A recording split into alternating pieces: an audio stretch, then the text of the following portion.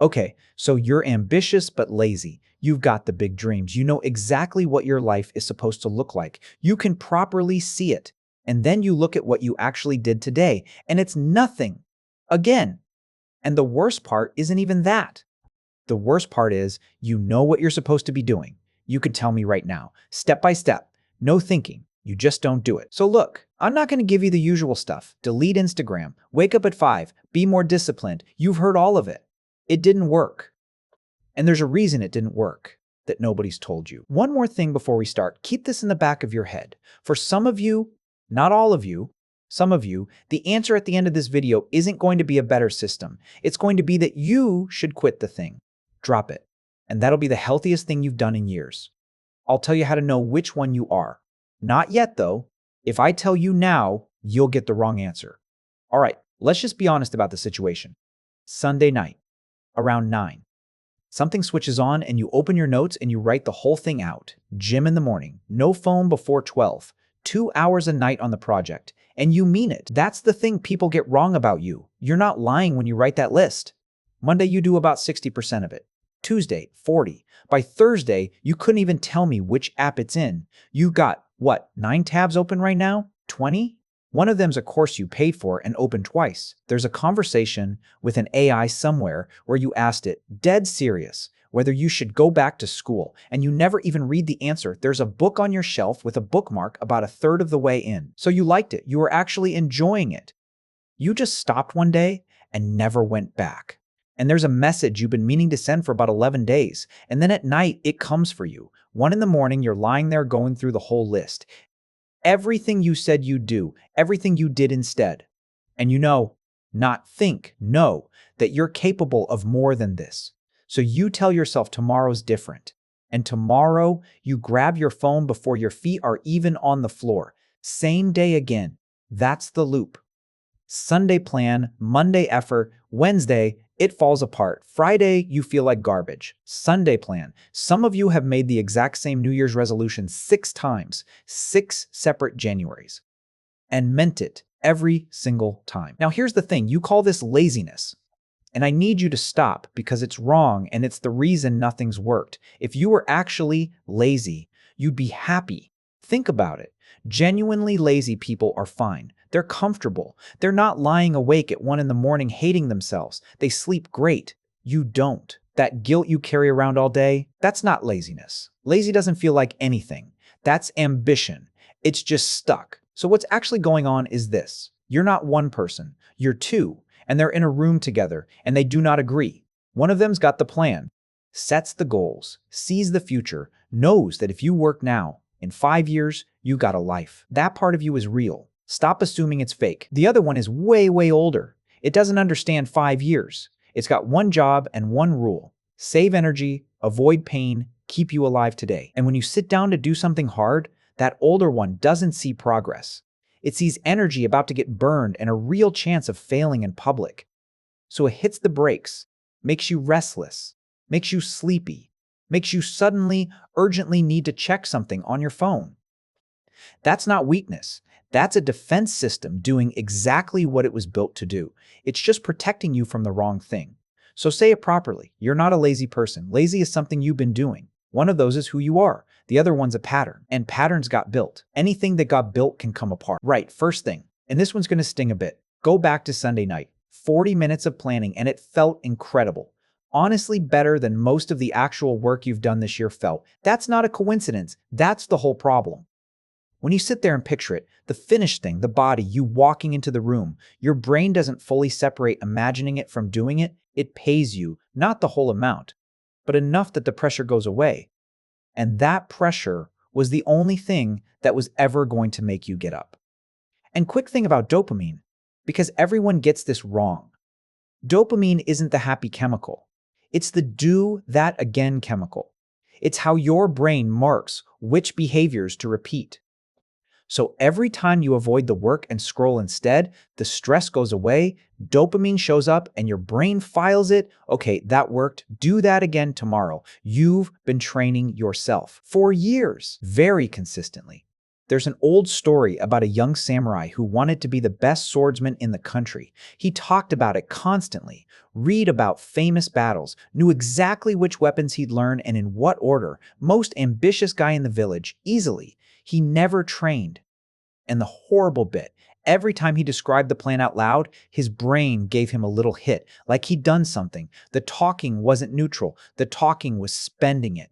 Years later, guys who just showed up and swung a sword every morning had gone way past him. His dreams didn't lift him up. They quietly drained him. So, what do you do with that? Stop telling people. For 30 days. Not your friends, not the group chat, not a story. The only people who find out what you're building are people who find out because it's finished.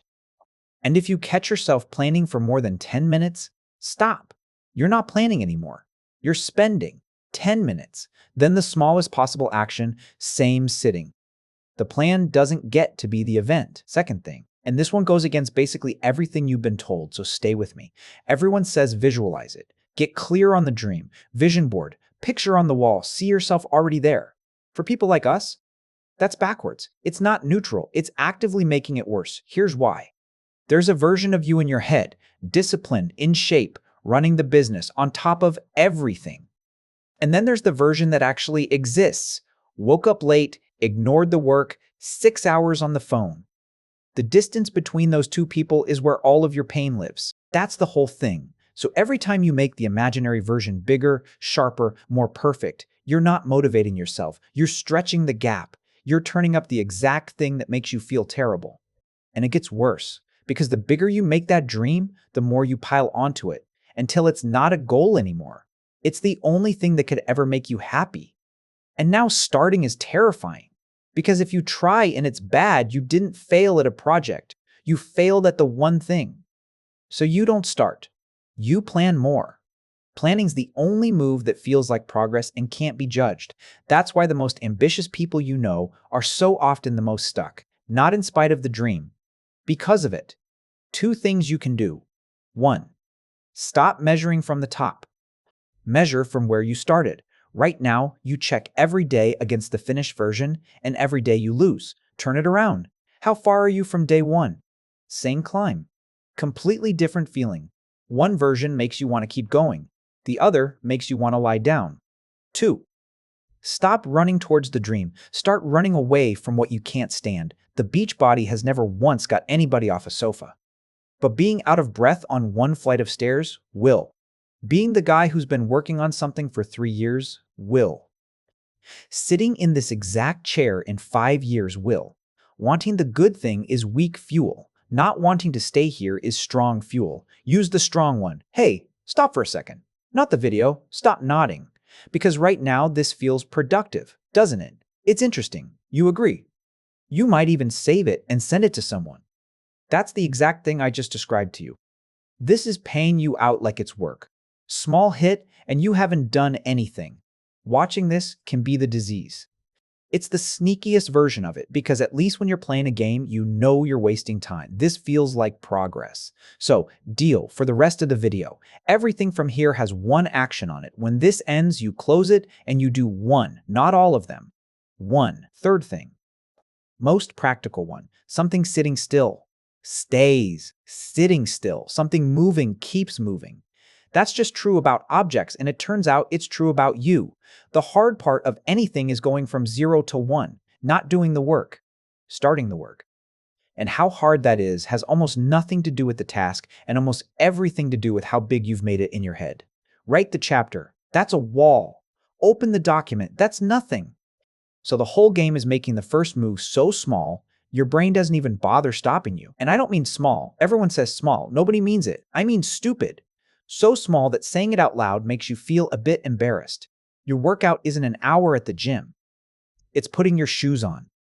Your writing isn't 1,000 words. It's 1 sentence, and it's allowed to be rubbish. Your reading isn't a chapter. It's opening the book to the page the bookmark's already on. Your business isn't launching. It's 1 message to 1 person, and you're allowed to stop there. That's the part people don't believe. You genuinely can put the shoes on, sit back down, and it counts. Here's why it works. You almost never stop there. Shoes were the hard part. Once that's done, Carrying on is cheap because you're moving now. 2 minutes turns into 20 most of the time, but the permission to stop at 2 is the only reason you started at all.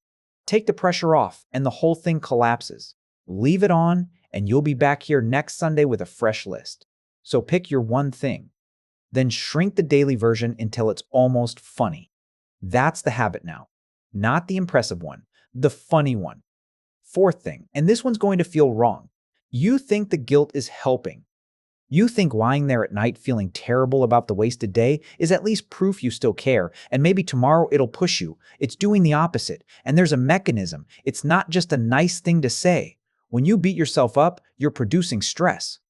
And what does your brain do under stress? Same thing it always does. Go find something easy and comforting right now. So you punish yourself Tuesday night, and Wednesday morning you wake up flat and you reach for your phone. You're not paying for Tuesday. You're buying Wednesday. The guilt is fuel for the exact thing you're guilty about. I'm not telling you to let yourself off. I'm telling you to stop making it about your character. You didn't fail as a person on Tuesday. The system broke on Tuesday. Those are different problems, and only one of them can be fixed. And you need a rule for it because you will miss. 9 days in, there will be a night out or a bad week and you'll skip. Here it is. Never miss twice. 1 day off is nothing. It's a Tuesday. It doesn't undo anything and it isn't information about who you are. 2 in a row isn't a gap. It's a new habit starting, and the new habit is quitting. And when you come back at the same stupid size, not double to make up for it. That's the perfectionism sneaking back in, and it'll break you again by Friday, okay?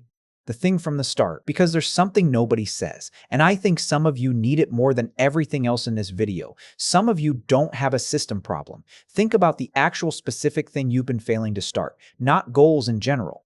The one, the book, the business, the degree, the gym. 2 questions. How many years has it been, and how many different systems have you thrown at it? Apps, planners, 5 a.m., accountability partners, the lot. Here's why that matters. If you've been not doing the same one thing for years across every method there is, while you're perfectly functional in other parts of your life, that's not a coincidence. Nothing fails that reliably by accident. That's information. There's a part of you that keeps quietly saying no. It doesn't argue. Doesn't give reasons. It just doesn't move. And you've spent years trying to motivate it, plan around it, shame it into cooperating, and it's calmly won every single time. You might not want the thing. You might want to be the kind of person who does it, which is a totally different want, and no amount of discipline will ever fix it, because that was never available through the work anyway. Or you wanted it once, 3 years ago, and you don't now, and nobody ever gave you permission to notice. So that's the test. Years, every system, real effort, nothing moves. That's not laziness, and it's not technique. What you need is honesty, and maybe permission to put it down and go pick up something you'd actually run at. But if it's been a few months and you've mostly been planning, you're not that. You just haven't started properly yet, and everything in the last 10 minutes is your way out. All right? What you're actually walking away with. You're not lazy. We settled that in the first 2 minutes. The guilt proves it. Drop the word. Stop telling people. 10 minutes of planning, then move. Same sitting. Stop measuring from the top. Measure from where you started. And run from what you can't stand instead of towards a fantasy. Shrink it until it's stupid, and let yourself stop there. When you miss, don't punish yourself. Punishing yourself is what buys tomorrow's bad day. Just never miss twice. And one more thing, nobody's coming. There's no morning where you wake up and it's suddenly easy, no video, no book, no guy on a stage. You built the loop and you're the only person who can end it. 5 years from now, you're going to be somewhere. That's not motivation, that's just maths. Those 5 years are happening either way. And whoever you are at the end of them is getting built right now out of what you do on completely unremarkable Tuesdays. You don't get to pick comfortable. You only get to pick which one you carry. The discomfort of doing it now, or the other thing later when you're older and looking back. That plan you wrote on Sunday is still sitting there. Don't rewrite it. Don't improve it. Don't make a better one. Open it. Find the smallest thing on it. Cut it in half and go do that before you open anything else. That's it. Go.